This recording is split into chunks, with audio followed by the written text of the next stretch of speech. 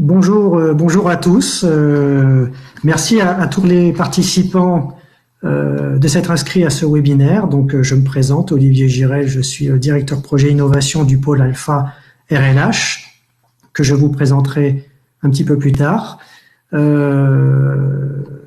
j'imagine que si vous êtes inscrit à ce webinaire, c'est que vous attendez quelques éclairages sur la façon aujourd'hui de mobiliser les aides publiques. Dans un contexte qui bouge beaucoup, où il y a beaucoup de plans de relance, qui soient nationaux, européens, nationaux, régionaux, et beaucoup d'aides. Il y en avait déjà beaucoup, mais il y en a encore plus en ce moment. Et donc, chez Alpha RLH, on a souhaité vous proposer quelques outils pour appréhender au mieux la mobilisation de ces dispositifs. Et donc, pour cela, nous aurons comme intervenant aujourd'hui, et nous les en remercions, Aurélien Durand de la région Nouvelle-Aquitaine, qui viendra nous parler de la stratégie de la région en termes de relance. Nous aurons Anne Solf d'ABF Décision qui présentera la façon d'optimiser les aides publiques pour une entreprise. Et puis, nous terminerons avec la société Iosadi, François Ponce et Jean Houlaine de Kéris, qui présenteront des outils pour le pilotage de la croissance de l'entreprise. Voilà. Donc, d'ores et déjà, je vous propose pour démarrer un petit sondage permettant de savoir si vous avez un programme d'investissement ou d'innovation en tête et que vous souhaiteriez lancer. Alors, vous avez le sondage qui apparaît à l'écran. Vous pouvez voter. On va se laisser 30-40 secondes pour répondre à ces 3 questions qui sont très simples.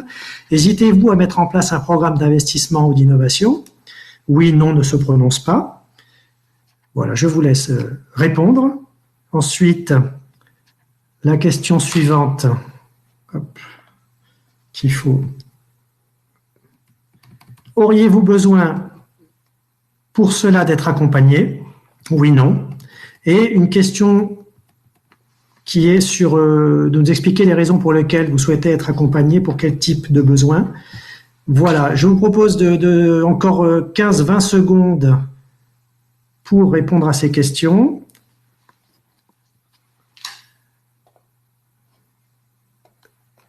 Et après, nous enchaînons.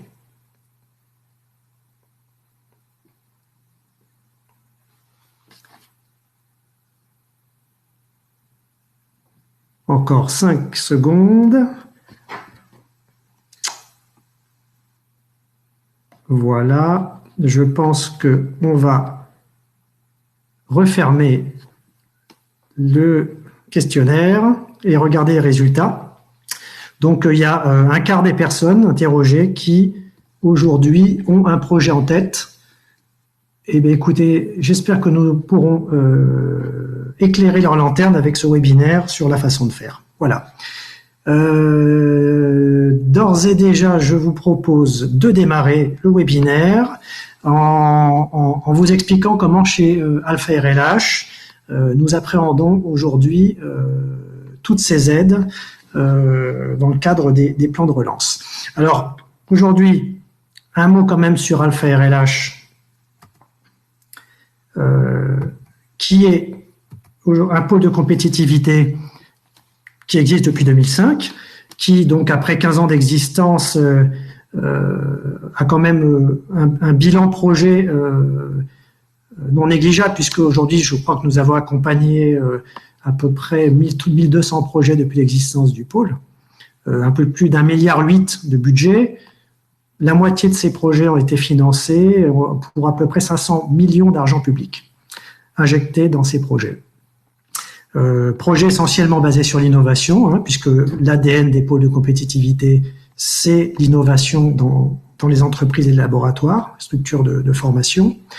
Donc Alpha RLH, après 15 ans d'existence, c'est 280 membres.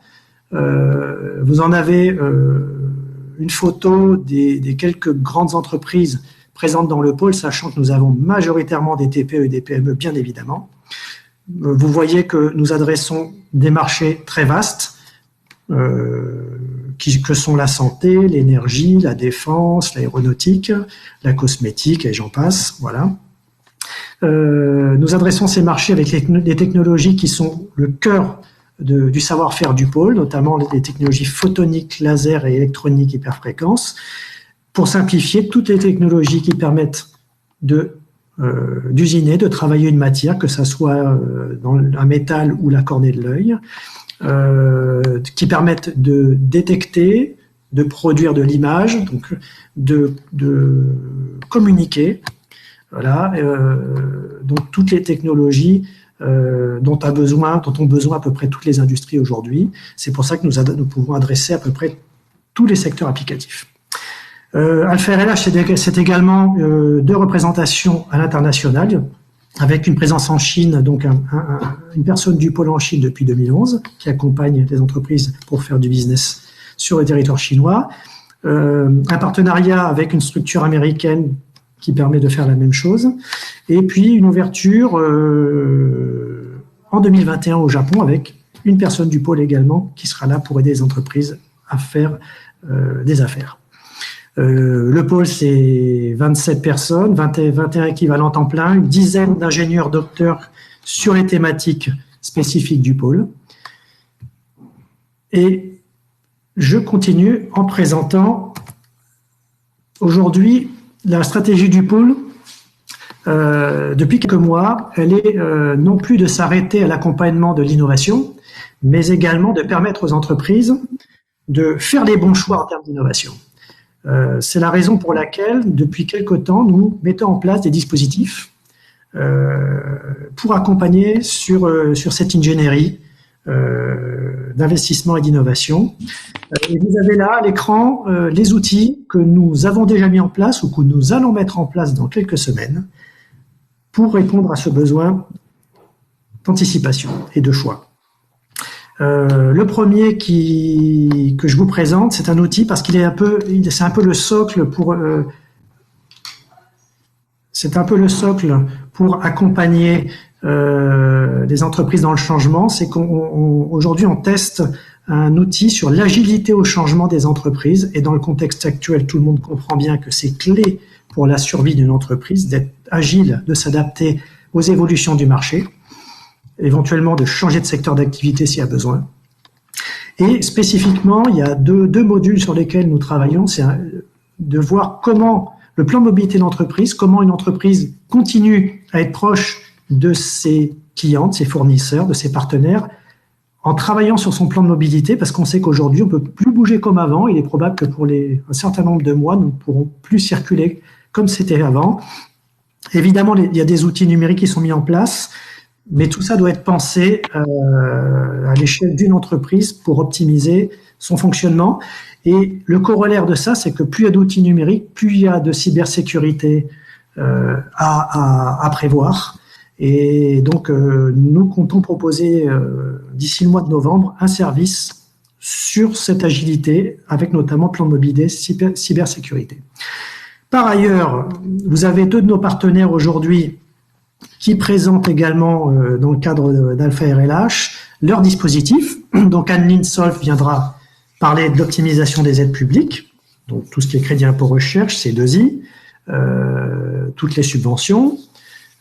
Et par ailleurs également, Yosadi, avec Kieris, viendront présenter un outil que nous allons proposer dès fin septembre, pour maîtriser le plan de croissance d'une entreprise. Et en ce moment, on parle beaucoup de plan de relance. Voilà. Par ailleurs, nous allons lancer courant octobre avec un partenaire du pôle également qui est également adhérent, la société Win and Develop, une offre pour maîtriser, redéfinir une stratégie marketing et commerciale dans ce contexte. Voilà, donc il y aura pour tous ces dispositifs, pour les adhérents du pôle, une approche préférentielle, des conditions préférentielles. Et puis nous avons, ça existait déjà, mais une plateforme qui monte en puissance pour trouver des profils qualifiés, parce que lorsqu'une entreprise devra faire des arbitrages sur ses activités, il est probable qu'elle ait besoin de recruter. Et donc nous avons un portail emploi formation qui reste à disposition de nos adhérents.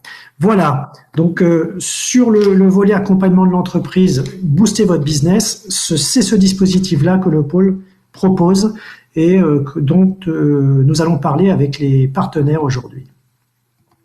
J'ai voulu faire un petit focus sur la façon de piloter l'innovation au pôle également. Les pôles de compétitivité répondent avec leurs adhérents à des appels à projets, qu'ils soient régionaux, nationaux, européens.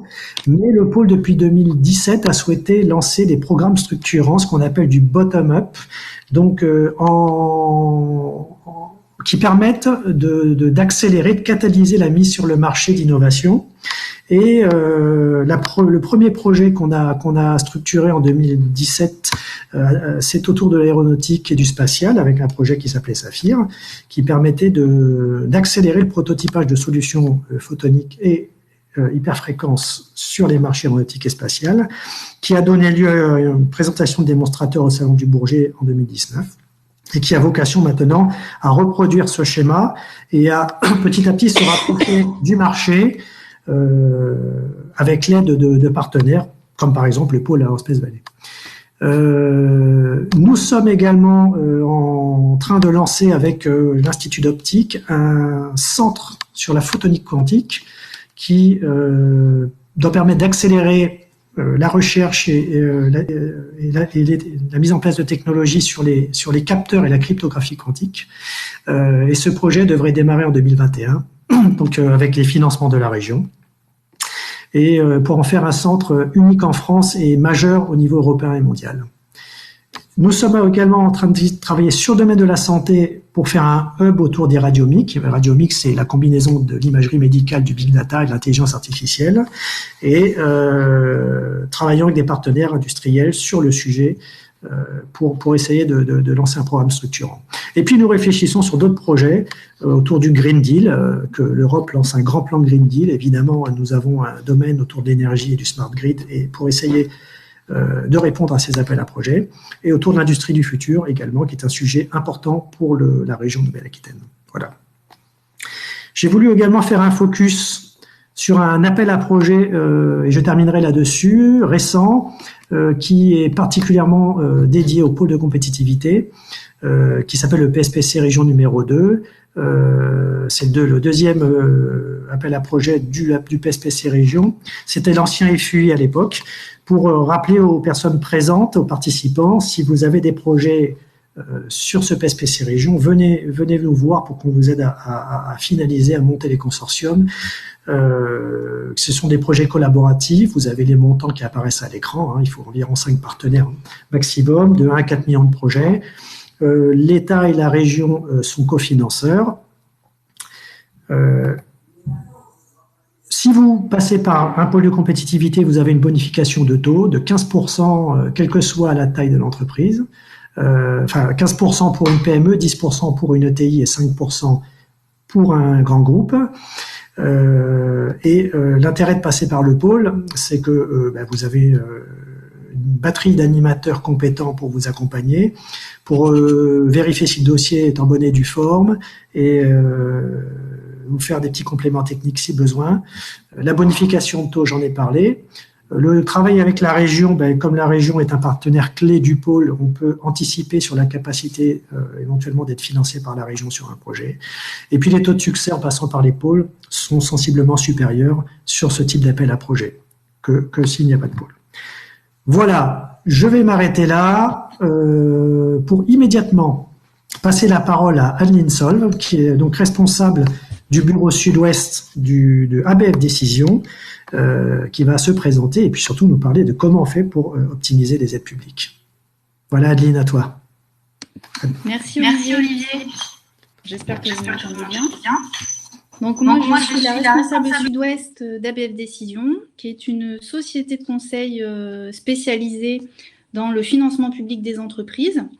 Et du coup, je vais vous parler d'un certain nombre de sujets qui sont complètement d'actualité. D'abord, vous expliquer un petit peu quel est le cadre général d'attribution de ces aides publiques, qui sont les financeurs que vous pouvez rencontrer, quelles sont les modalités d'instruction et les points un petit peu sensibles, voilà, à ne pas rater quand vous sollicitez des aides publiques, quelles sont les thématiques valorisables dans un contexte un petit peu habituel et plus précisément dans ce contexte de crise Covid et du plan de relance. Alors avant de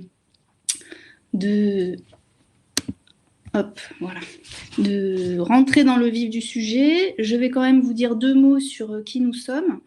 Donc, je vous l'ai dit, nous travaillons sur ce sujet exclusivement du financement public des projets depuis maintenant 17 années.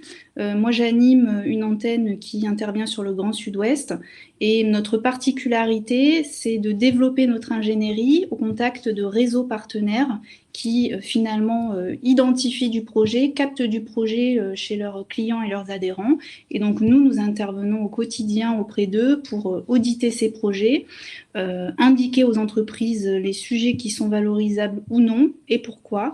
Et puis derrière, éventuellement, pousser l'ingénierie dans le montage de dossiers, l'optimisation de ce sujet-là sur plusieurs années dans une logique de stratégie de financement public.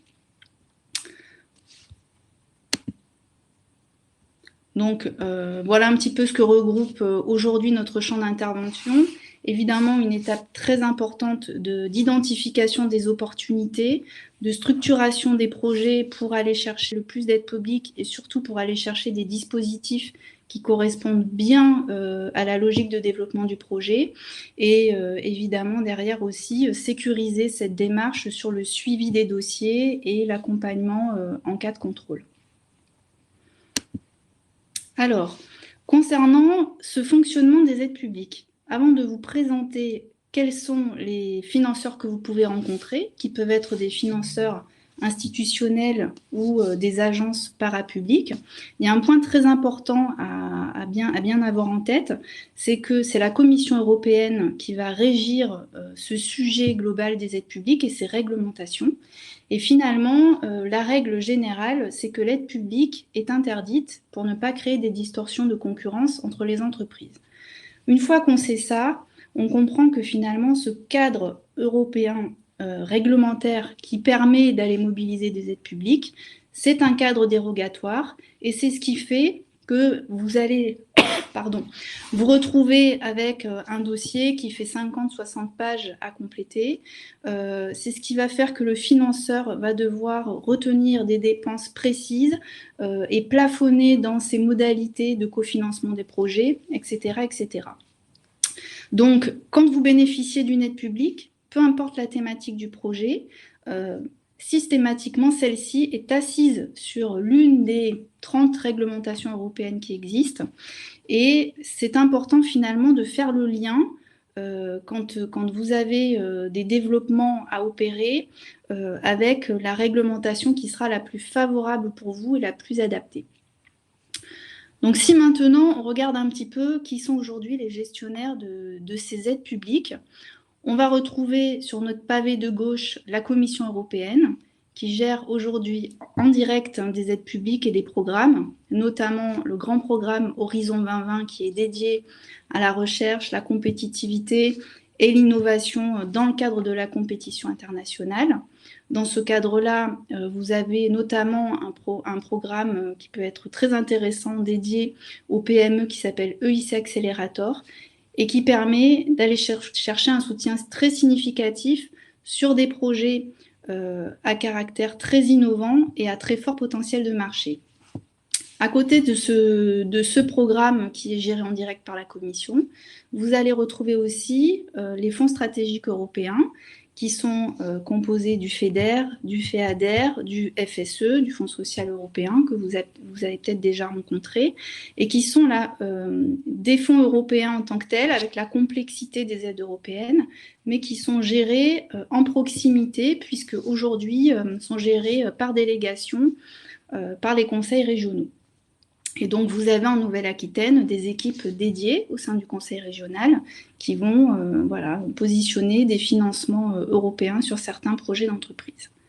Si je pars tout à droite sur mon pavé bleu, nous allons retrouver tout ce qui peut concerner les aides territoriales et en premier lieu les aides de la région. Donc, la région aujourd'hui est chef de file en matière économique, donc est particulièrement mobilisée sur ces sujets du développement économique. Mais sachez que vous pouvez retrouver notamment les agglomérations, les communautés de communes, les métropoles sur les sujets d'immobilier d'entreprise. J'y reviendrai un petit peu en détail tout à l'heure. Enfin, au milieu, nous allons retrouver l'État, évidemment, qui est un financeur très important, et j'y reviendrai en détail quand on va un petit peu dérouler le plan de relance en suivant. Donc l'État par d'abord la fiscalité de l'innovation. Vous le savez, le crédit impôt recherche, le crédit impôt innovation, le statut de jeune entreprise innovante, et représente aujourd'hui environ 2/3 des aides à l'innovation. C'est plus de 6 milliards d'euros sur l'année 2019. Donc c'est extrêmement puissant comme dispositif. Mais à côté de ça, vous avez d'autres programmes, notamment le programme d'investissement d'avenir, 4e génération, le PIA 4, qui est un petit peu la déclinaison française du programme H2020 européen, et qui permet d'accompagner les sujets de l'innovation, de la recherche, de la compétitivité en France. Tout à l'heure, Olivier évoquait le programme PSPC Région. Typiquement, c'est un des volets du PIA 4. Vous avez dans ce grand programme des appels à projets qui ont une dimension régionale ou nationale, qui peuvent servir des projets individuels ou collaboratifs. Et donc, au fil de l'eau, chaque année, vous avez différents programmes qui sortent.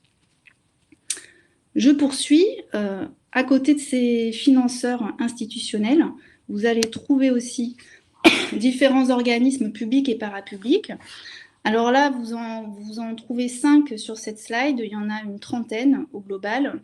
Les 5 qui sont ici, nous, on travaille avec eux au quotidien. C'est évidemment BPI-France sur l'accompagnement à l'innovation en général, mais aussi le développement à l'international.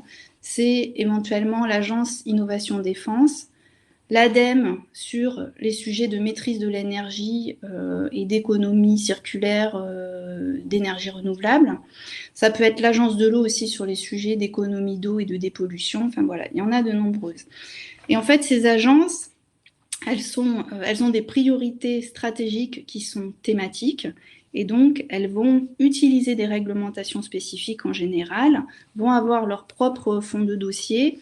Et c'est là qu'on ajoute un petit peu à la complexité, puisque finalement, on ne va pas avoir encore une fois les mêmes règles du jeu, les mêmes attendus dans les process d'instruction, selon qu'on va présenter un projet à l'ADEME, à BPI France, au FEDER, à une région, etc. Alors, si on rentre un petit peu plus dans le détail, quelles sont les thématiques aujourd'hui que vous pouvez valoriser et présenter à des dispositifs d'aide publique ? En premier lieu, il y a une thématique forte, et vous le savez, c'est la thématique de la R&D et de l'innovation. On détaillera un petit peu ces deux notions de recherche et développement et d'innovation en suivant, parce que finalement, on ne parle pas des mêmes choses, et du coup, derrière, on n'a pas forcément accès aux mêmes dispositifs d'aide publique. Mais sachez que ça regroupe des notions d'innovation de services, de produits, de procédés industriels, à des projets qui peuvent être très recherche et très amont, voire en collaboration avec des laboratoires, et des sujets de développement qui sont un petit peu plus le quotidien d'une PME, notamment des sujets, par exemple, d'amélioration des gammes de produits, d'évolution de vos procédés de fabrication, voilà, des sujets de ce type-là. Concernant les projets d'investissement, évidemment, les projets d'investissement productifs peuvent être cofinancés par des aides publiques, mais sachez que quand on a un projet d'investissement, il faut aussi finalement faire une présentation la plus globale possible du projet pour faire ressortir éventuellement des aspérités qui vont permettre d'aller mobiliser des réglementations spécifiques. Typiquement, les sujets d'efficacité énergétique, d'économie d'eau ou de matière, de réduction des gaspillages, de bâtiments performants au niveau thermique, d'amélioration des conditions de travail des salariés, etc., peuvent permettre de valoriser d'une manière plus optimisée les projets que vous présentez. Dernière thématique qui est encore fortement accompagnée, notamment pour les PME et les ETI, c'est le développement à l'international. Vous êtes déjà présent à l'international ou vous ne l'êtes pas encore. Vous avez besoin de conduire des missions de prospection, de mener des études de marché, de vous renforcer sur des pays dans lesquels vous êtes déjà présent. Sachez que ces programmes-là peuvent être accompagnés. Je vais maintenant vous parler un peu plus spécifiquement du plan de relance. Alors, qu'est-ce qui s'est passé depuis le mois de mars? Beaucoup de choses, on va le voir, beaucoup de choses sur le plan réglementaire, beaucoup de choses sur le plan des dispositifs d'aide publique. Bon, les premières choses qui ont été mises en œuvre sur les 2 premiers mois de la crise, finalement, ont été tout de suite les PGE au niveau de l'État pour surtout accompagner les entreprises dans le risque de défaillance et faire en sorte qu'elles tiennent le coup. Ces PGE, évidemment, ils sont accompagnés de garanties publiques. Ces garanties publiques sont des aides publiques. Et donc, en complément de ce qu'a pu mettre en place l'État dans son action de soutien financier, la Commission européenne a mis en place des réglementations européennes spécifiques pour comptabiliser ces garanties publiques dans les réglementations européennes d'aide publique et pour aussi permettre d'accompagner les entreprises de manière encore plus dérogatoire qu'habituellement. Et j'y reviendrai tout à l'heure. Cet été, nous avons vu sortir les premiers appels à manifestation d'intérêt, qui étaient finalement les prémices des appels à projets qu'on a vu sortir la fin août, et ces appels à manifestation d'intérêt qui ont notamment concerné des filières très sinistrées, comme l'aéronautique, comme l'automobile. Ils ont permis de capter un petit peu les intentions des dirigeants, les thématiques de projets qui étaient dans les tuyaux, pour sortir des appels à projets qui sont bien adaptés. Et aujourd'hui, on est dans cette étape du plan de relance. Les 100 milliards ont été affectés, ont été présentés, et on est dans la mise en œuvre opérationnelle de ce plan. Alors, ce plan de relance, il est extrêmement vaste, extrêmement ambitieux. On a commencé, nous, à le décrypter, donc je vais essayer de vous partager ce décryptage qu'on a pu faire sur les dernières semaines. Si on commence à faire de grandes masses sur ces 100 milliards d'euros, on va voir qu'il y a 30 milliards d'euros pour l'écologie, 35 milliards pour la compétitivité, 35 milliards pour la cohésion sociale, avec des présentations un peu particulières. Je vous donne un exemple. Le sujet de l'avion du futur n'est pas intégré dans les 35 milliards de la compétitivité, mais dans les 35 milliards pour l'écologie. Donc là, on va aller en entonnoir, regarder un petit peu comment se déclinent ces budgets. Alors, je vous ai parlé des appels à manifestation d'intérêt pour les filières automobiles et aéronautiques. On a 2,6 milliards de sanctuarisés jusqu'en 2022, avec les premiers appels à projets qui ont été ouverts le 31 août et qui vont se clôturer le 17 novembre 2020. Donc aujourd'hui, on a 300 millions d'euros qui sont ouverts, qui sont déjà vraisemblablement bien préaffectés. Donc il y a de fortes chances que ces appels à projets se clôturent plus tôt que prévu. Mais on sait qu'il va y en avoir de prochains, et c'est un peu le message que je veux vous faire passer aujourd'hui, c'est qu'il y a eu un premier volant de 800 millions d'euros là, sur les appels à projets déjà sortis, et je vais en parler un petit peu tout à l'heure dans le détail, mais on sait maintenant qu'au fil de l'eau, on va voir revenir certaines thématiques. Donc typiquement, on va avoir chaque année à minima un appel à projet aéronautique, et on va voir au fil de l'eau de nouvelles thématiques s'ouvrir. Gros sujet aussi sur la décarbonation de l'industrie, avec 2 appels à projets de l'ADEME qui sont ouverts en ce moment sur une période très courte, puisqu'ils sont ouverts du 10 septembre au 20 octobre. Je les détaillerai tout à l'heure. Ils concernent notamment les sujets d'efficience industrielle, donc peuvent être intéressants pour vous.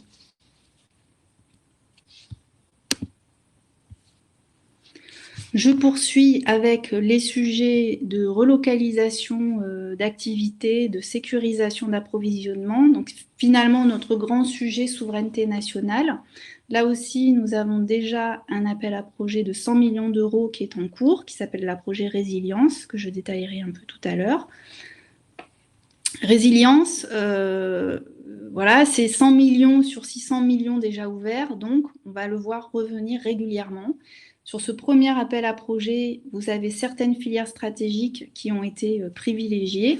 Il est fort possible que sur les prochains, on tourne et que ce soit fléché vers d'autres filières. Voilà, on n'a pas encore tous les détails, mais la logique va se poursuivre. On a un sujet... Ça avance tout seul. On a un sujet un petit peu connexe avec les 400 millions dédiés à la relocalisation et au territoire d'industrie. Je détaillerai également cet appel à projet. Là aussi, il en aura d'autres. Ce qu'on perçoit en tout cas aujourd'hui sur ces différents appels à projet, c'est une logique d'instruction qui est très particulière. Habituellement, un appel à projet a une date de clôture et c'est à l'issue de cette date de clôture que les instructions démarrent et que les dossiers sont en compétition. On n'est pas dans ce système-là sur les appels à projets du plan de relance. On est sur un système où les instructions démarrent au fil de l'eau, donc avec une logique du premier arrivé, premier servi. Ce qui veut dire que sur ces appels à projets qui se clôturent le 17 novembre, les entreprises qui vont candidater sur la dernière quinzaine d'octobre, la première quinzaine de novembre, elles auront peu de chances d'être retenues. Et il est bien précisé dans les cahiers des charges que les appels à projets sont ouverts jusqu'à épuisement des fonds. Donc je vous alerte sur ce point-là.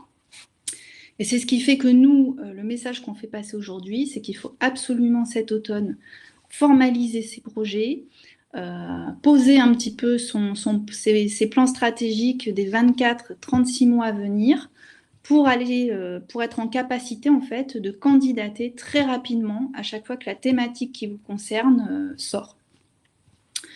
Vous avez un petit tableau sur cette slide, je vais revenir dessus parce que ça va permettre de faire le lien avec mon propos introductif sur les réglementations européennes. Dans ces appels à projets, différentes réglementations européennes sont visées. En premier lieu, alors vous le voyez dans la deuxième partie du tableau, au niveau des investissements industriels, vous avez la réglementation classique des aides aux investissements, qui fait que quand vous êtes une petite entreprise, sur n'importe quelle commune en France, vous pouvez potentiellement être cofinancé à hauteur de 20% sur un projet d'investissement matériel, par exemple.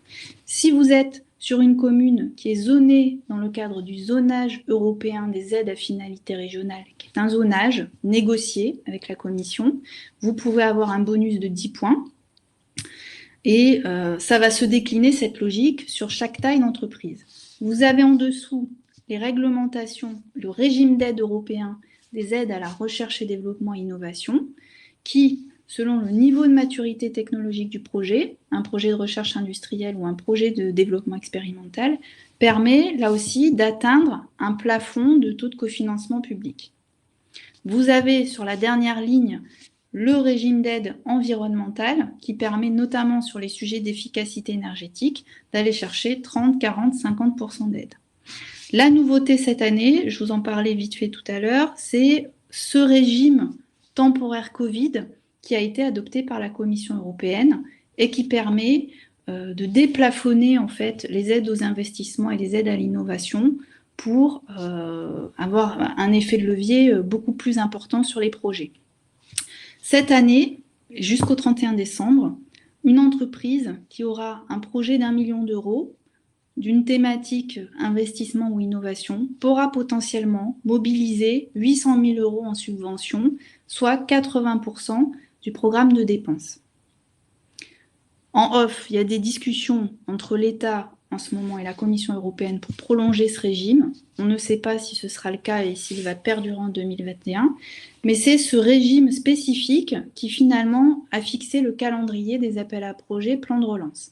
L'objectif de l'État, sur ces premiers appels à projets, c'est au maximum d'aller activer ce ticket de 800 000 euros, ou en tout cas des niveaux d'intervention publique très élevés sur des projets très stratégiques et imminent.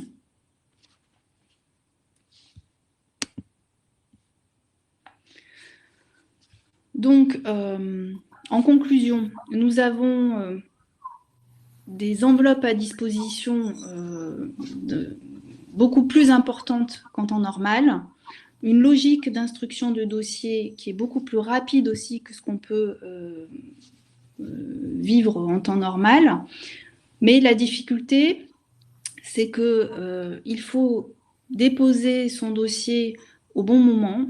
Là, typiquement, sur les premiers appels à projets, sont attendus des projets imminents qui vont démarrer au plus tard début 2021, qui vont se finaliser très vite, en priorité avant 2022, pour des entreprises qui ont été impactées par la crise et qui ont des projets de rebond très stratégiques et très ambitieux.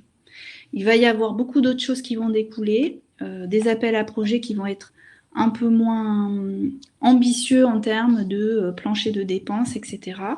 Et donc là, je vous l'ai dit tout à l'heure, l'enjeu, c'est d'être prêt dès à présent à formaliser, à déposer un dossier sur les 2-3 semaines qui viennent à l'ouverture d'un appel à projet. Merci, Adeline. C'est trop long?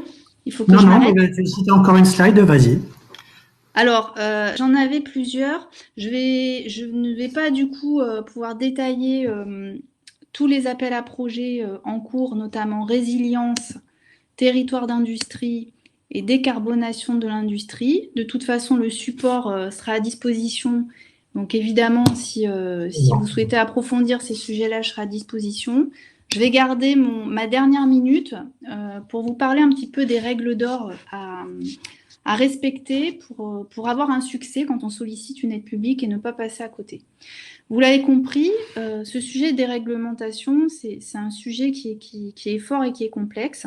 Mais avant de partir vers un financeur public que vous connaissez peut-être déjà, qui est un petit peu en proximité avec vous, il faut absolument que vous identifiez de quel secteur d'activité vous relevez et finalement de quelle réglementation européenne relève votre projet. Et ça va dépendre de votre situation financière, de votre domaine d'activité, de la taille de votre entreprise et de la thématique de votre projet.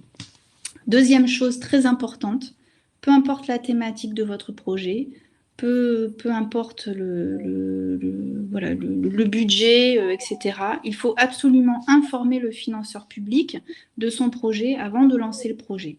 C'est-à-dire qu'il faut formaliser sa demande et généralement avoir à minima un accusé de réception avant de signer ses devis et d'engager des dépenses. Je vous alerte aussi sur un autre point qui ne concerne pas cette réglementation Covid, mais qui en concerne beaucoup d'autres. Dans la majorité des dispositifs d'aide au développement, le montant en subvention de l'aide sera plafonné au montant des fonds propres de la société. Donc là encore, la situation financière, c'est un point qu'il va falloir regarder et corréler avec votre projet très rapidement. Voilà, je vais en rester là du coup pour ne pas trop entamer le planning de l'intervention des autres participants. Merci beaucoup, Anneline, c'était très bien. Du coup, en termes de timing, c'est ce que je voulais dire parce que le contenu était très très bien. Donc, en effet, je vous confirme que les slides, la présentation sera disponible sur le site du pôle. On vous expliquera comment la télécharger également à la fin de ce webinaire.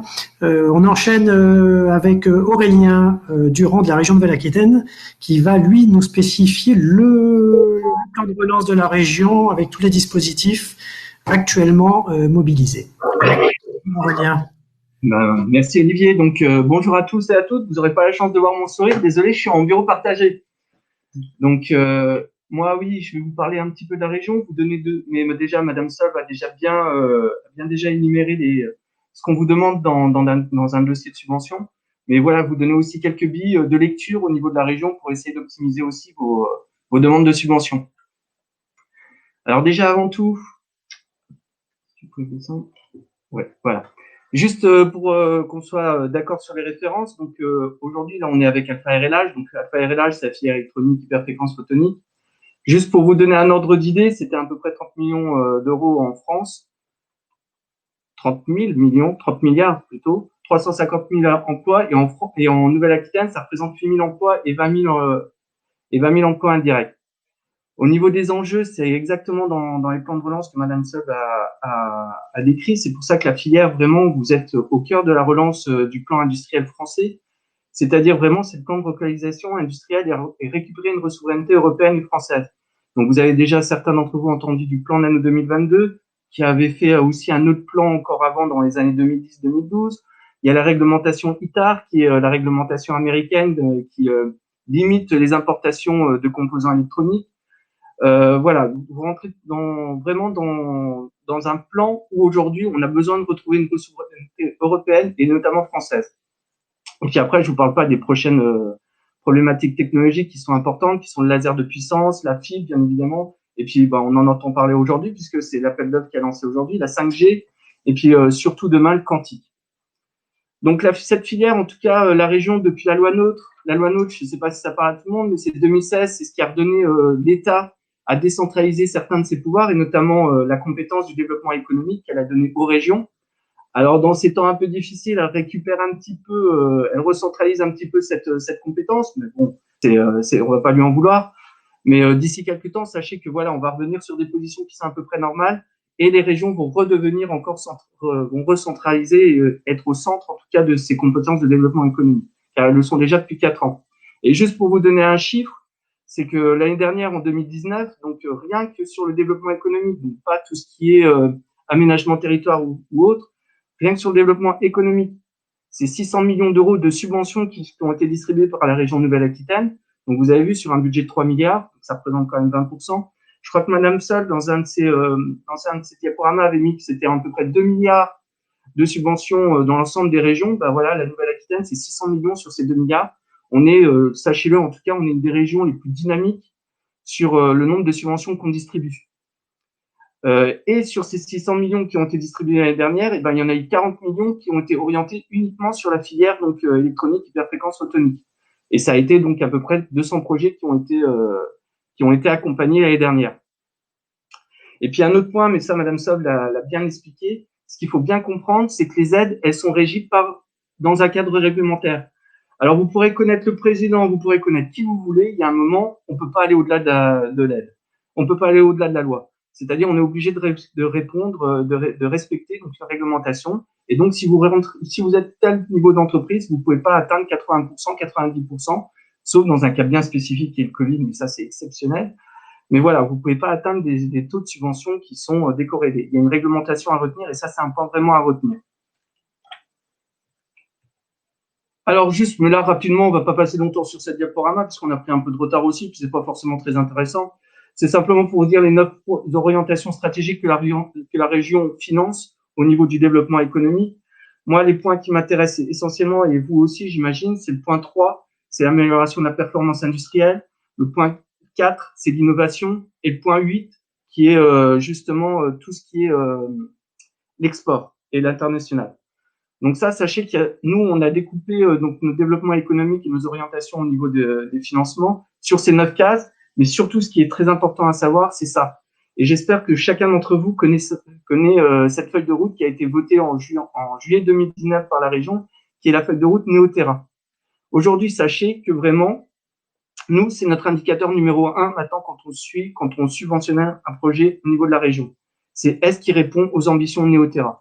Alors, je vous ai mis le lien justement de cette feuille de route. Je vous invite tous à y aller. C'est essayer de se poser la question comment à terme je peux améliorer mon entreprise, mon produit pour qu'il rentre dans un champ un petit peu plus un peu plus respectueux de l'environnement. Ce qui me permet de faire une transition par rapport aux conditionnalités d'aide, c'est que tous les taux que Madame Sauve vous a expliqués et qui sont réglementaires, c'est un maximum. C'est-à-dire que c'est chaque entité, donc que ça soit la région, que ça soit l'État, l'ADEME, peut décider de ne pas aller à ce taux. Et ça, c'est vraiment quelque chose qu'il faut bien retenir, c'est-à-dire que c'est pas parce que c'est écrit 45% sur le cadre réglementaire, vous avez le droit à 45%, et bien que la région va vous donner 45%. C'est-à-dire qu'elle se permet le droit de définir aussi des notions de priorité, car elle doit gérer son budget. Un budget, c'est pas un chèque en blanc, c'est-à-dire on définit un budget en début d'année, et en cours de l'année, ce budget est plus ou moins entamé. Donc aussi, on se définit des priorités. Et les priorités que la région s'est définie, eh ben, elles dépendent de la taille d'entreprise. Comme vous avez vu, il y a des taux d'engagement qui diffèrent en fonction de si vous êtes une petite, moyenne et grande entreprise. Elles sont limitées déjà à la hauteur de fonds propres, ça Madame Sol l'a très très bien dit. Mais nous, ce qui nous importe énormément, c'est l'impact et les retombées en région. C'est-à-dire que si vous êtes une entreprise et que votre business il est en dehors de la région en Nouvelle-Aquitaine, ou que vos partenaires ils sont en région de Nouvelle-Aquitaine, vous aurez beau être une petite entreprise à faire un projet R&D magnifique, mais si par exemple votre centre, parce que votre siège social est en Nouvelle-Aquitaine, mais votre centre de recherche il est en Bretagne, j'ai une entreprise en tête, vous attendez pas à avoir 45%, c'est une évidence. Donc ça, c'est vraiment quelque chose qui est important.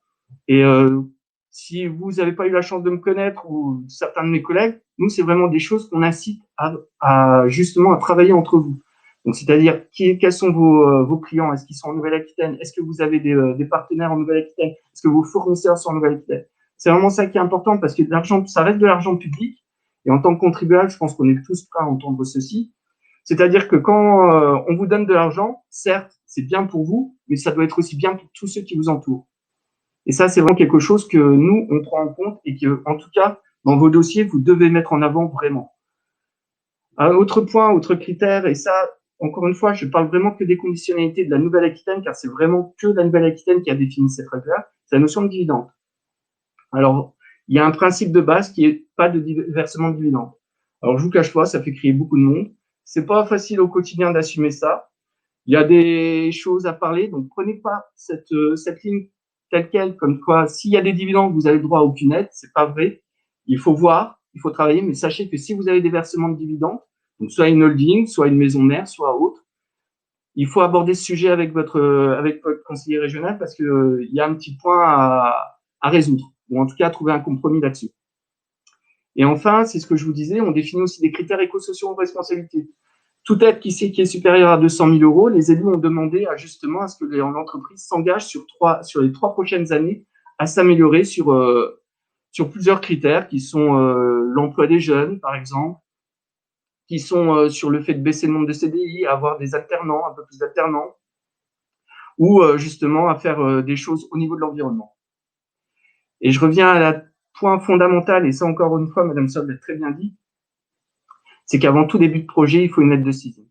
C'est réglementaire, c'est l'Europe qui l'impose. Vous pouvez pas avoir une aide si vous avez déjà commencé votre projet et que vous n'avez pas averti l'entité qui va subventionner votre projet. Donc à partir de là, c'est vraiment très important. Lettre de saisine, envoyée en recommandé, et ce point de recommandé, de réception de ce recommandé, c'est ce qu'on appelle le point zéro. Et à partir de là, on prend en compte vos dépenses. Avant ce point zéro, on pourra se battre autant que vous voulez, vous pourrez connaître autant de personnes que vous voudrez, on ne prendra jamais en compte vos dépenses déjà prévues. Mais à partir de ce point zéro, on peut commencer à discuter. Alors, ça discute, hélas, plus ou moins long. Je vous cache pas qu'au niveau de la région, on n'est pas forcément hyper rapide, même si on s'améliore petit à petit. Mais voilà, au moins, ce point zéro est défini. Ça permet de ne pas avoir de mauvaises surprises et de vous dire, ça y est, c'est à partir de là, maintenant, je prends le début de mon projet. On va pas rester longtemps sur cette diapositive. C'était simplement pour vous dire, mais encore une fois, même ça, vous l'avez déjà bien décrit, c'est les différents dispositifs qu'on a à la région et qu'on peut soutenir. Moi, je voulais surtout aujourd'hui focaliser sur ce qui était en rouge. C'est-à-dire, voilà, aujourd'hui, nous, sur vers quoi on tend, c'est le soutien au niveau de la transformation numérique. Ça, on attend qu'on passe le niveau 2, voire le niveau 3 au niveau de la région. Donc, c'est fini maintenant de vous payer parce que de vous subventionner, excusez-moi, parce que vous vous munissez de tablettes numériques ou vous vous munissez d'un écran, d'un ordinateur, d'un clavier. On n'en est plus là maintenant. On en est vraiment à essayer de trouver vraiment au niveau de la transformation numérique. On vous demande pas d'avoir un site marchand. Maintenant, c'est même plus ça qu'on vous demande, un site vitrine encore moins. Il faut vraiment que le site apporte une plus-value à votre business model. C'est-à-dire qu'il doit être en lien avec vos clients, avec vos fournisseurs. Il faut vraiment apporter de la plus-value. Maintenant, on ne demande plus de projet de base au niveau de la transformation numérique, c'est fini maintenant. Ce qu'on est vraiment friand, et ça, c'est encore une fois, Alpha a toute sa place pour justement vous inciter là-dessus, c'est vraiment du soutien aux projets innovants. Car vous avez vu les statistiques, vous avez vu les taux d'intervention sur, par exemple, sur un investissement machine ou autre. En fonction de votre taille, j'interviens entre 10 et 30%. Et ben, tout de suite, sur un projet innovant, j'interviens entre 25 et 45%. Et si en plus, ils sont collaboratifs, et ben ça monte tout de suite à 15% de points. Ça fait 15 points de plus. Donc j'interviens à 40 à 60%. Voilà. Donc par exemple, si vous êtes une ETI ou une grande groupe, et ben conclusion, je pourrais pas vous aider pratiquement sur les investissements machines, mais sur votre projet de R&D pour qu'un peu il soit collaboratif. Alors bien sûr, il peut être collaboratif avec plein de gens en France ou en Europe, mais voilà, n'hésitez pas à trouver des partenaires en Nouvelle-Aquitaine. Encore une fois, Alpha est là pour vous conseiller avec d'autres entreprises ou d'autres labos ou autres. Et ben là, boum, je peux tout de suite arriver sur 40% de l'assiette, alors que c'est une grande entreprise. Et une petite entreprise, donc c'est-à-dire moins de 50 personnes, je suis à 60%. Ce qui veut dire que maintenant, on change de mentalité. C'est plus l'entreprise qui prend le risque au niveau du projet R&D, c'est la région qui prend le risque pour elle. Donc là, c'est quand même, il faut pas hésiter, il faut en profiter. Et pour ça encore, il faut que ça soit des projets collaboratifs. Donc voilà, c'est ce que j'avais envie de vous marteler un peu aujourd'hui, c'est voilà, travailler ensemble. Plus vous travaillerez ensemble, plus vous aurez d'argent et de subventions et plus on sera derrière vous pour vous soutenir. Et je reviens aussi, c'est de la continuité et c'est là où on en fait trop peu, je trouve. Et c'est là où j'attends beaucoup d'efforts et puis c'est là où avec Olivier, on en parle aussi pas mal, Olivier d'Alpha, à la FADH, c'est les aides collectives. Voilà, c'est trouver des mutualisations entre les entreprises pour trouver, je sais pas, un commercial ensemble pour les chasser en meute, des choses comme ça. C'est vraiment avoir beaucoup plus de projets collectifs car on n'en a pas assez.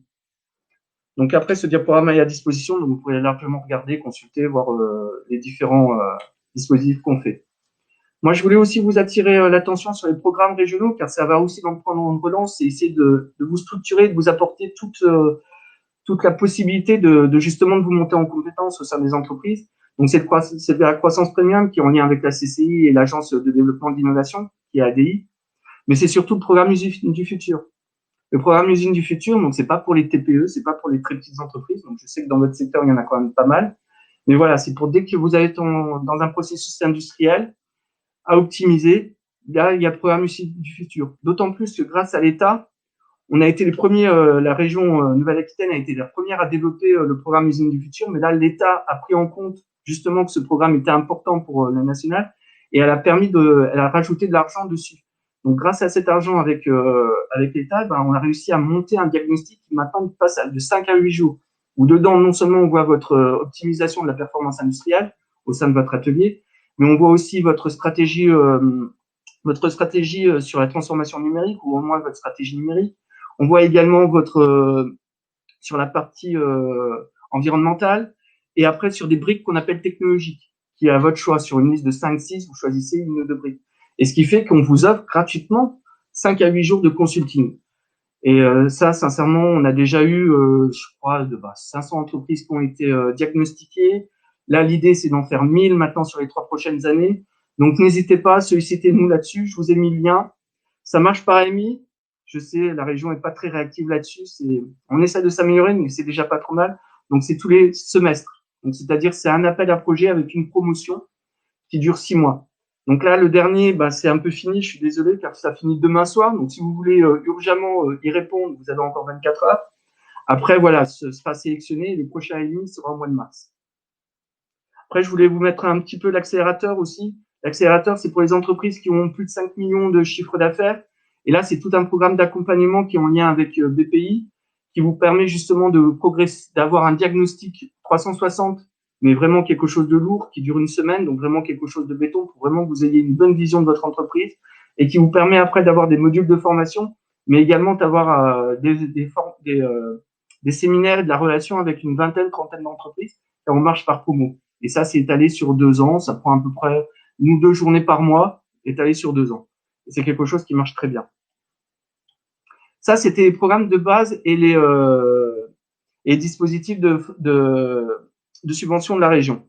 À partir de là, nous aussi, on a fait notre plan de relance régional. Alors, je sais que c'est pas facile à dire pour un industriel. Il y en a beaucoup. Il y a le plan de relance de la région, il y a le plan de relance de l'État. On essaye de faire au mieux, mais bon, voilà. Sachez que ça, c'est du teasing, dans le sens où c'est montré aux élus lundi. Et ce sera voté lundi. Donc, c'est un plan de relance régional qui est filière, qui va reprendre une dizaine de filières. Donc, chaque filière va avoir un plan d'action qui est défini. Là, je vous ai mis celle qui ressort, qui est l'électronique et l'aéronautique. C'est pas très lisible, vous pourrez zoomer, mais à partir de lundi, ce sera accessible sur le site de la région. Donc, c'est un plan d'action global qui fait à peu près 80 grosses actions, qui permet simplement de mettre un focus sur ce qu'on aimerait développer. Et ce qu'on aimerait développer, c'est à peu près ce que je vous ai dit avant, c'est-à-dire on veut plus de vert, on veut plus d'environnement. Donc, vous voyez, le premier, c'est accélérer la transformation environnementale de la filière aéronautique. On veut justement avoir plus de souveraineté nationale. Donc, le premier plan d'action au niveau de l'électronique, c'est tout ce qui est lié à ITAR et puis à sécuriser toute la partie appro et supply chain. Donc, voilà. Derrière, il va y avoir des actions qui vont en découler. Donc, sachez qu'en 2021, on va beaucoup se focaliser sur ça. Ça va se modéliser et on reviendra. N'hésitez pas à revenir vers nous et puis surtout vers Alpha pour justement qu'elle vous explique, qu'elle vous donne des conseils, qu'elle vous oriente un peu plus. Et dans ce marasme, bien évidemment, il y a les appels à projets actuels qui sont régions, BPI et État. Donc, Madame Solve, elle vous a décrit. Il y en a énormément. Moi, je voulais simplement vous montrer les 4 qui sont les plus, à mes yeux pour l'instant, qui sont les plus importants.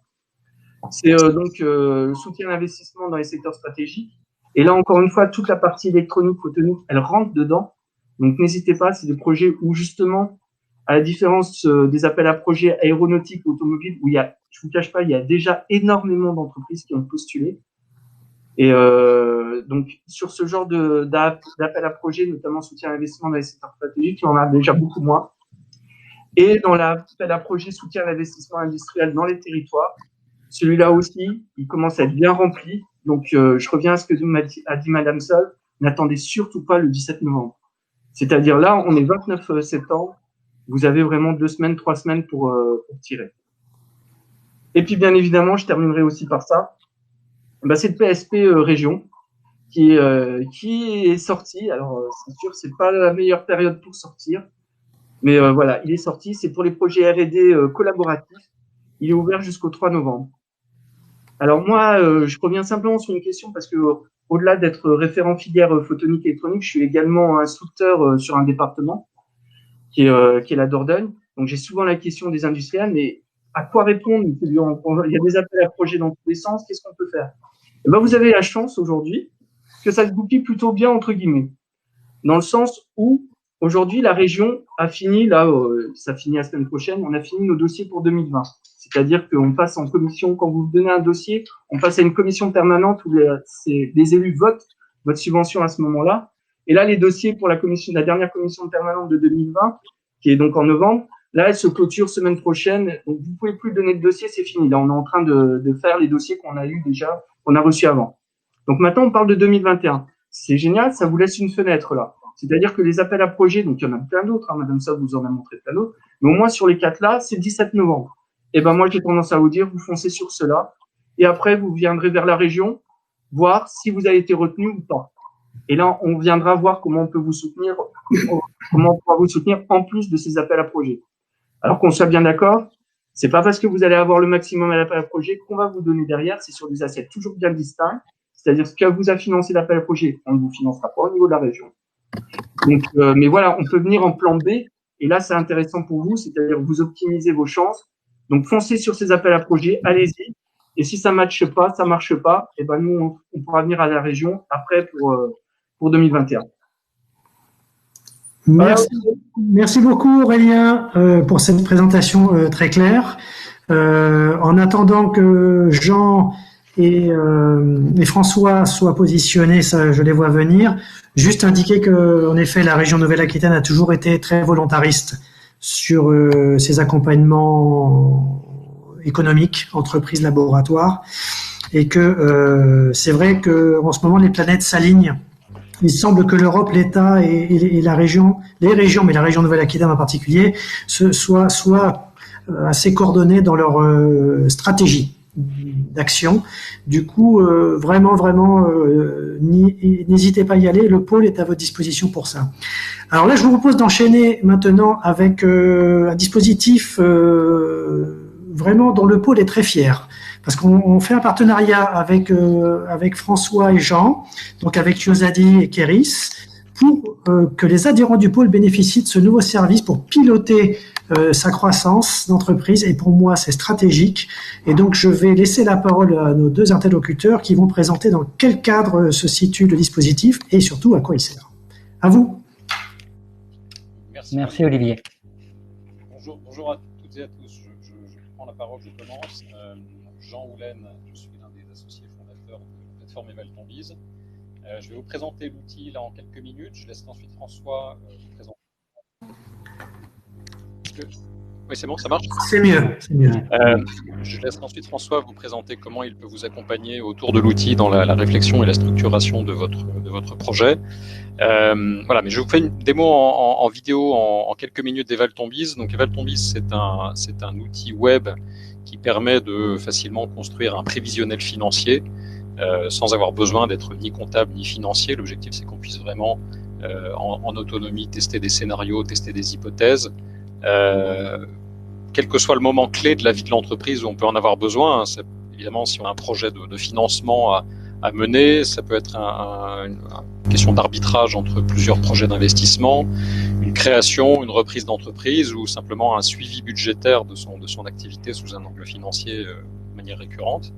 Et donc voilà, l'outil s'adresse à la fois aux dirigeants, aux entrepreneurs en direct, ainsi qu'à tous ceux qui les accompagnent au quotidien, les professionnels du conseil, du monde du chiffre, ainsi que les structures qui accompagnent les entreprises.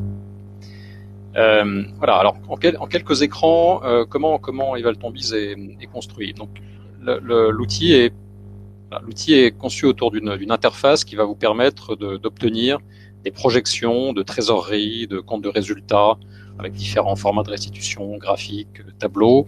Donc projection de trésorerie, compte de résultats, bilan, indicateurs et ratios financiers divers et variés. On peut aller chercher, compléter la restitution avec des éléments complémentaires. Les projections s'appuient sur deux choses. D'une part, un historique financier de l'entreprise qu'on peut charger automatiquement dans l'outil si l'entreprise est déjà établie et qu'elle a déjà clos des exercices précédemment. Là, typiquement, ce que vous voyez à l'écran, c'est des projections qui s'appuient sur l'année 2019 d'une entreprise qui s'appelle Belva Hydraulique, alors qui est dans l'hydraulique dans la région de Clermont-Ferrand. Une précision importante, là, il y a rien de confidentiel à ce que je vous montre, hein, c'est une vraie entreprise, Belva, et les données qui sont là sont des liasses fiscales historiques qui sont accessibles publiquement. C'est pas toujours le cas, évidemment. Beaucoup d'entreprises demandent la confidentialité des comptes qu'elles déposent, mais dans ce cas, on n'est pas bloqué pour autant. On peut charger soi-même ses propres liasses fiscales en format PDF, donc il n'y a aucune saisie. La deuxième chose qu'on va alimenter dans l'outil pour construire ces projections, ce sont toutes les hypothèses qui vont représenter ce qui va évoluer dans l'activité. On va avoir à disposition un petit catalogue d'éléments là que vous voyez sur la gauche, des investissements, des différents postes de charges, de dépenses, le chiffre d'affaires de l'activité et des sources de financement, capitaux propres, dettes, subventions, crédits d'impôt, etc. Ça fonctionne très simplement de la manière suivante. Faisons l'hypothèse que Belva projette de lancer un nouveau produit en 2021. Donc on vient simplement faire déposer le bloc vente de produits sur l'année 2021. On va rentrer les quelques paramètres nécessaires quelques paramètres de son hypothèse. Par exemple, un prix unitaire, une quantité de pièces vendues par mois. On va pouvoir agir sur différents paramètres tels que la saisonnalité des ventes dans l'année, par exemple. Ça, c'est la manière dont les ventes vont être étalées chaque mois sur l'année. On peut le faire en pourcentage comme ça. On peut agir sur les montants mois par mois, voire sur les prix unitaires et les quantités mois par mois. On peut agir sur également d'autres paramètres liés au cycle de vente et d'encaissement, ainsi que les taux de marge pour le calcul des stocks. On enregistre et ça vous met à jour les projections. Là, vous avez vu la courbe de trésorerie bouger à l'écran instantanément. Puisque le sujet du jour, c'est notamment le financement, je vous montre comment ça marche pour une hypothèse d'emprunt financier, typiquement un crédit bancaire que vous pourriez avoir besoin de solliciter. On saisit un montant, là aussi des paramètres d'amortissement du crédit, on enregistre et on a la projection qui se met à jour automatiquement. Donc voilà, vous avez compris comment ça marche, ça c'est relativement itératif, c'est immédiat, c'est-à-dire qu'on saisit une hypothèse, on a le feedback immédiatement, et donc ça va vraiment servir à tester plusieurs scénarios, plusieurs hypothèses. Au début, nécessairement, quand on construit un prévisionnel, on tâtonne un peu, c'est normal, on va vouloir tester qu'est-ce que ça peut donner avec tel niveau de chiffre d'affaires, avec tel niveau d'emprunt, tel niveau d'investissement. En tout cas, l'outil est fait vraiment pour vous guider dans cette démarche, en tout cas pour vous donner tous les éléments financiers pour savoir si votre projet d'investissement tel que vous l'imaginez tient la route financièrement ou pas. Ce module donc de construction du prévisionnel est complété d'autres modules, notamment un module de comparaison géosectorielle.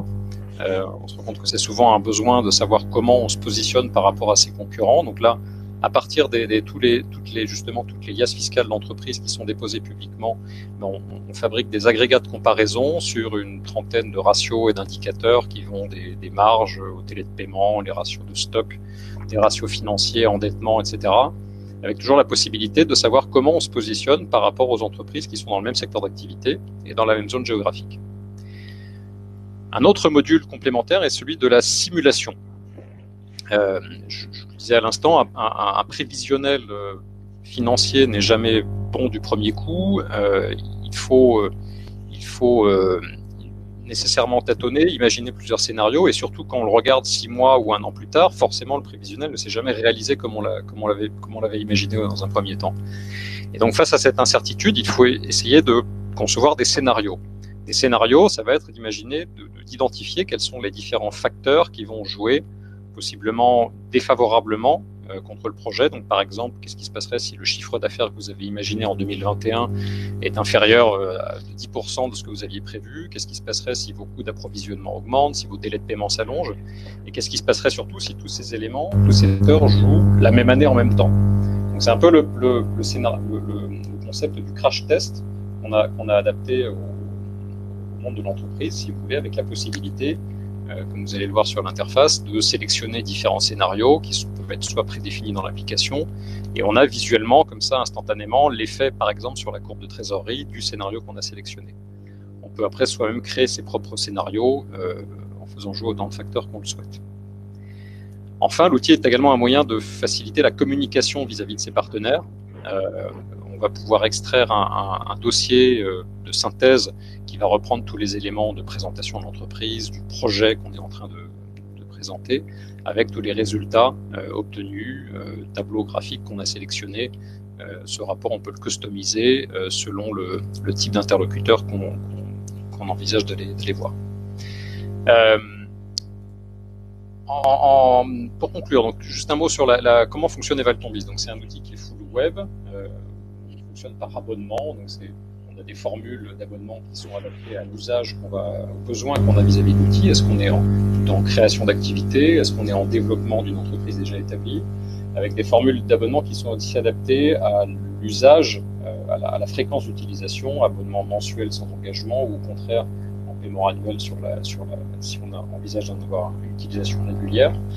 Et donc, autre point important, on a commencé à travailler il y a quelques mois déjà ensemble avec le pôle autour d'une offre spécifiquement dédiée donc, pour les entreprises adhérentes du pôle, qui propose un hébergement de toutes vos données sur des serveurs cloud franco-français, sur une société de droit français, donc aucun risque de fuite des données hors du territoire.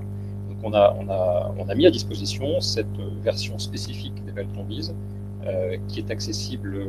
Alors, si vous allez sur evaltonbiz.fr, vous allez tomber sur la version publique de l'application. Et pour accéder à cette version entre guillemets alpha RLH d'Eval-Ton-Biz, il faudra accéder à une URL spécifique qui sera à votre disposition auprès des équipes du pôle. Ça, Olivier pourra peut-être vous en dire un petit mot sur les modalités d'accès à et les conditions d'accès à cette offre. François, je te laisse la parole. Merci Jean. Alors, juste pour revenir 2 secondes en arrière, alors c'est moi qui dois pouvoir piloter les slides. Juste pour vous expliquer un peu qui on est en quelques mots. Donc Iosadi a été créé en 2012 sur un constat, il faut diversifier sa clientèle et diversifier ses sources de financement pour réussir dans son développement. Sur ce constat-là, donc j'ai intégré en 2012 un réseau qui s'appelle Prospactive. Donc nous sommes aujourd'hui environ 70 personnes sur le territoire français, et notre métier, c'est vous accompagner dans la structuration financière grâce à l'outil Eval-Ton-Biz, dans la structuration managériale grâce à nos outils internes, et dans la structuration commerciale de votre projet en France et dans 60 pays avec 150 partenaires locaux qui vous permettent d'aller chercher des prospects qualifiés dans 60 pays. Voilà notre métier. Une fois qu'on a dit ça, donc on revient sur l'aspect financement. Donc notre intervention à vos côtés, c'est vous aider à faciliter le pilotage et le financement de vos projets avec l'outil donc Evaltombiz que vient de vous présenter Jean, sur lequel nous sommes maintenant experts. Et donc on va vous aider à bâtir la stratégie et le plan d'action, c'est-à-dire à mettre les modules comme il faut dans l'outil pour sortir un vrai dossier de financement qui va être petit 1, compréhensible de vos différents interlocuteurs sur les parties aide, subvention, mais aussi sur les parties financement autres. Vous aider à anticiper vos prévisions et chiffrer correctement vos intuitions à l'intérieur de l'outil. Le but, alors j'ai fait un petit crowbar, mais qui est un petit peu petit en termes de, comment dirais-je, de caractère. Le but, c'est que vous chargez votre case fiscale si vous avez déjà une entreprise qui est, comment dirais-je, qui est établie. Sinon, on démarre d'un projet neuf. On entre ensemble votre business plan initial, voilà. Derrière, je vous accompagne dans le choix des scénarios économiques prédéfinis ou dans la création de votre scénario de développement à l'intérieur de l'outil, d'accord? Et derrière, on vous accompagne pour rendre votre dossier éligible au financement, c'est-à-dire pour que Anne-Lise ne puisse pas vous dire non, mais ton dossier il est pas bien, ou que la personne de la région vous dise non, mais ça va pas, il manque des éléments, j'y comprends rien, etc. Voilà, c'est vraiment ça qu'on va vous aider à faire. C'est là où on a une vraie valeur ajoutée pour calibrer vos hypothèses de CA et de charge et pour calibrer vos actions pour le retour à une rentabilité et une croissance post-Covid si vous avez été impacté, ou en tout cas pour aller définir derrière les scénarios de développement de votre entreprise. Voilà. Et j'en aurai presque fini, puisque globalement, notre accompagnement, il va aussi jusqu'à vous aider à définir les bonnes hypothèses et être sûr que vous les avez toutes imaginées et écrites ou développées dans l'outil. Alors, je vous en pose certaines comme ça. Il y a plein d'autres questions qui peuvent venir suivant votre dossier. Voilà, comment je fais pour borner l'incertitude et comment je fais pour ensuite décider et agir en situation inconnue, puisqu'en ce moment, avec le Covid, on ne sait pas trop comment vont évoluer nos stratégies de développement sur les mois et les années qui viennent, et quel va être l'impact de ce virus sur notre développement. Alors voilà, après, il y a plein de questions, je ne les citerai pas toutes. Le but, c'est de vous aider à vous poser les bonnes questions et à avancer à vos côtés. Voilà, j'en aurai terminé.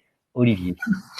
Merci beaucoup, Jean-François. Vous l'avez compris, cet outil au niveau du pôle, on a voulu entre guillemets le customiser pour les adhérents. Cette notion de sécurité numérique était primordiale et on remercie beaucoup Keris d'avoir joué le jeu. Sécurisation des données. Vous avez compris également que c'est extrêmement simple puisque la dièse fiscale, vous n'avez pas besoin de la saisir. Hein, il y a une façon de la rentrer qui est automatique dedans et après vous avez juste à faire des hypothèses. Et ensuite, voilà, vous avez tout de suite les résultats, donc vous pouvez jouer avec ces hypothèses. Et vous comprenez bien tout le sens de ce webinaire avec de l'expertise sur l'ingénierie des différents dispositifs, l'outil technique avec l'accompagnement de François pour aller faire les scénarios, les hypothèses, pour optimiser votre stratégie de mobilisation des aides. J'allais dire, c'est un abonnement mensuel hein, pour Keris, pour ce Evaltombiz. Alors vous aurez droit aussi à du temps que François va vous donner gratuitement et sur un temps donné. Puis après, si plus, vous ferez affaire avec François et Jean. Mais c'est que le coût de l'abonnement c'est très faible, hein, c'est 20-30 euros, voilà, enfin c'est quelques dizaines d'euros par mois, juste pour avoir l'outil en permanence à disposition. Au niveau des questions, alors je reviens sur la question qu'on a posée au départ. Il y avait un quart des gens qui voulaient faire un projet dans les semaines qui viennent. On a une première question.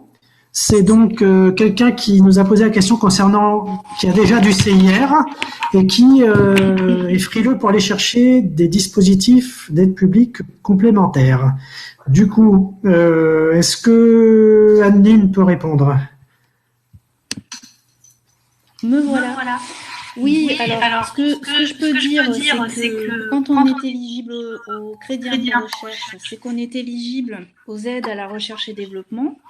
Le crédit impôt recherche, c'est l'aide la plus élitiste en matière de dispositifs d'aide publique à l'innovation. Vos dépenses valorisables au titre du CIR vont être moins importantes que ce que vous pourriez présenter dans des dossiers de subvention ou de demande d'avance remboursable. Donc là, il y a un premier sujet d'optimisation parce que finalement, on va pouvoir aussi aller chercher des cofinancements sur d'autres dépenses. Et la deuxième chose, c'est que quand on mixe les formes d'aide publique, qu'on fait de l'optimisation fiscale, qu'on va chercher du cash avec de la subvention et des prêts publics, c'est là qu'on a le plus d'aide publique. On a toujours plus d'aide que quand on est sur un mono-dossier ou une mono-aide publique. Donc oui, je vous invite tout à fait à regarder précisément ce sujet. Il est certain qu'il y aurait des optimisations. Très bien, merci Anne-Lyne. Y a-t-il d'autres questions? Si vous avez des questions, vous utilisez le chat. Alors on a un petit peu débordé au niveau du temps, on est désolé, mais tous les gens qui avaient des projets ont peut-être des questions à poser tout de suite, ou alors s'il n'y en a pas, vous allez avoir les coordonnées. Ah, bonjour. Nous avons conçu une carte électronique, elle peut être utilisée dans plusieurs applications. Mais ce n'est pas la vraie R&D. Est-ce que nous souhaitons aujourd'hui une aide pour la production en masse? Existe-t-il des aides? Anne-Lyne, toujours? Oui, je peux répondre. Alors, sur le sujet de la production en elle-même, si vous avez besoin pour conduire votre projet de recruter, d'investir dans votre outil de production, de mener des démarches de développement commercial, par exemple, notamment vers le développement à l'international, il y a déjà là un certain nombre de thématiques qui pourraient être regardées. Vous dites que ce n'est pas de la vraie R&D. Je pense quand même que ce sujet de l'innovation dans les développements que vous avez faits, il vaut le coup d'être regardé. Sachez que quand on déclare par exemple du crédit impôt innovation, qu'on est une PME, on peut revenir jusqu'à 3 ans en arrière pour déposer une réclamation contentieuse et solliciter des crédits d'impôt qu'on n'a pas encore sollicités. Et puis, peut-être que cette aspérité, malgré tout, de nouveaux produits ou d'amélioration, il y a un intérêt à la valoriser dans la présentation de votre projet, encore une fois, pour aller chercher une réglementation qui serait peut-être plus performante qu'une réglementation d'aide aux investissements classique. Donc, j'allais dire, là, nous allons mettre les coordonnées de tous les intervenants à la fin, si vous voulez contacter les uns et les autres. Oui, François? Si je peux rajouter un élément sur la question. En plus, si la carte électronique elle est compatible de toutes les normes environnementales, il y a des aides à aller chercher sur la partie environnementale du plan de relance et sur les 30 milliards dont tu parlais tout à l'heure, Anne-Lyne. Tout à fait. Est-ce qu'il y a d'autres questions? Alors, a priori, non. Donc, ça veut dire qu'on a répondu à toutes les problématiques des gens qui souhaitent investir prochainement. Alors, donc vous avez qui s'affichent les coordonnées de tous les interlocuteurs qui sont intervenus là. Alors, François fera le lien avec Jean. François Ponce et Jean travaillent ensemble. Oui, tout à fait. Vous pouvez télécharger d'ores et déjà immédiatement cette vidéo en allant en haut à droite dans tableau d'événements, en cliquant dessus, et je crois que vous avez donc là je vais demander à mon collègue David de m'aider. Je crois que c'est un fichier partagé, c'est ça David? Bonjour à tous. Voilà, donc tout à fait en haut à droite de votre fenêtre, vous avez tableau d'événements avec le petit logo Alpha RLH. Vous cliquez dessus et vous avez des informations sur le webinaire et c'est surtout fichier partagé sur la droite. Vous avez, c'est non pas la vidéo, mais c'est la présentation sous format PDF complète qui s'est déroulée devant vos yeux. Et nous enverrons par la suite, ça sera très certainement demain, le lien vers le replay de cette présentation complète par mail. Voilà, donc on vous laisse quelques instants pour télécharger cette présentation de 3 minutes et n'hésitez pas si vous avez encore une question. Et sinon, on va faire un peu de teasing pour un événement du pôle qui aura lieu le 8 octobre sur les rendez-vous de l'IoT. Donc, avec notamment autour des capteurs pour améliorer la performance énergétique d'un objet communicant. Donc, c'est encore sous forme de webinaire et vous avez le lien qui s'affiche ci-dessous. Et on peut, Olivier, parler très brièvement d'Info également, qui va démarrer très très vite. Tout à fait. Une Info Venture Summit, qui est notre convention d'affaires dédiée au financement des entreprises, des startups, par les fonds d'investissement internationaux. Il y en a qui arrivent des États-Unis, de toute l'Europe et de Chine, et donc qui aura lieu en courant octobre également. Et vous avez toutes les informations concernant Info sur le site internet du pôle. Voilà. Je vous propose donc d'arrêter là le webinaire, vous remerciant à tous, animateurs et participants, d'avoir été présents. Le pôle Alpha RLH est à votre disposition pour tout sujet d'innovation, mais également, vous l'avez compris, au niveau de votre stratégie d'investissement et de programme d'innovation avec les outils qu'on vous a présentés ce soir. Merci à tous et bonne